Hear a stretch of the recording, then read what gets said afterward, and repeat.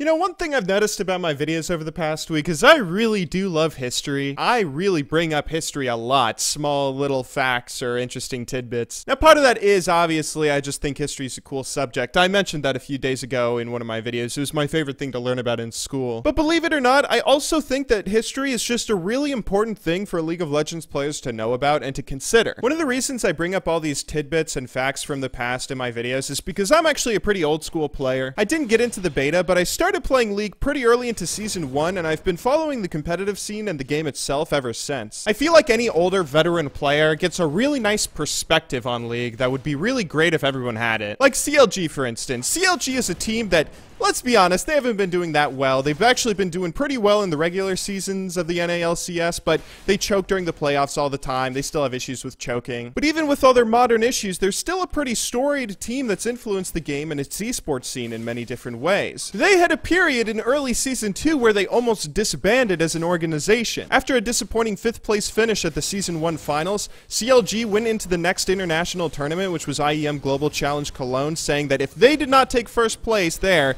then it wouldn't be profitable for them to stay together as a team and they'd have to disband. Despite all the pressure they had on them, though, they went in there with a sub, got first place at that tournament, got first place at the next MLG, and then got second place at the next IEM. They had their backs up against the wall and they pulled out a clutch victory that's kept them alive as an organization, and now here they are to this day, still competing in the LCS. They haven't really been much lately other than the butt end of a bunch of different jokes, so it can be kind of easy to not take them super seriously, but they have done a bunch for the scene over the years, and it's kind of shocking to hear that they almost wouldn't have existed for the past, what, 3 years now, 4 years or so, if they didn't pull out those victories. It doesn't even have to be the esports scene, though. You can take a look at Riot or some of the champions they've designed and see a thought process in how the life of a champion has evolved over the years. Like Yorick is actually a really good example of that. Yorick was a champion that probably started off as a really cool concept, a champion with all these pet mechanics with his ghouls, but the finished design that Riot ended up releasing was just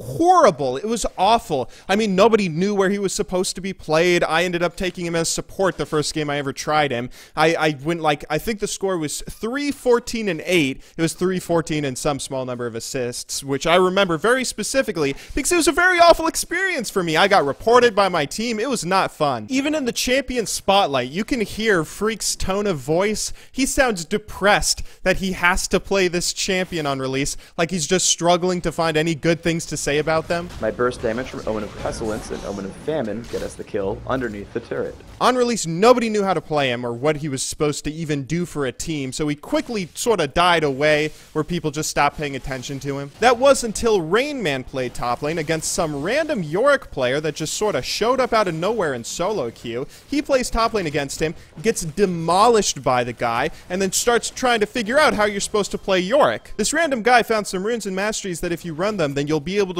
basically beat anyone in lane with infinite sustain and infinite harass with your ghouls. He suddenly started becoming this underdog pick, and then only Rain Man really played him in competitive play. Everyone else, there were just like a few Yorick players that would take him in solo queue occasionally, but then slowly he began to catch on. People realized how good he could be, how annoying he was, how much damage he put out, how he lived forever. Riot eventually nerfed him into the ground so people wouldn't have to play against him anymore, and he soon became a lesson to them that champions need to be fun to play against as well as fun to play as. Tons of little stories and interesting anecdotes exist throughout League's history, and some of them are actually really cool. Little things that'll show you the inner workings of organizations, and there's a ton of stories out there. I mean, I feel like I have enough to fill a book. I don't think people should obsess over learning stories of teams during their past or like before their time, before they started playing the game, but I do wish people would pay more attention to everything that's going on now. These will be the stories of tomorrow. In this current circle jerk community, people will just latch on to whatever the popular opinion is. Oh, High sucks and needs to be replaced if C9's ever gonna have a shot at Worlds.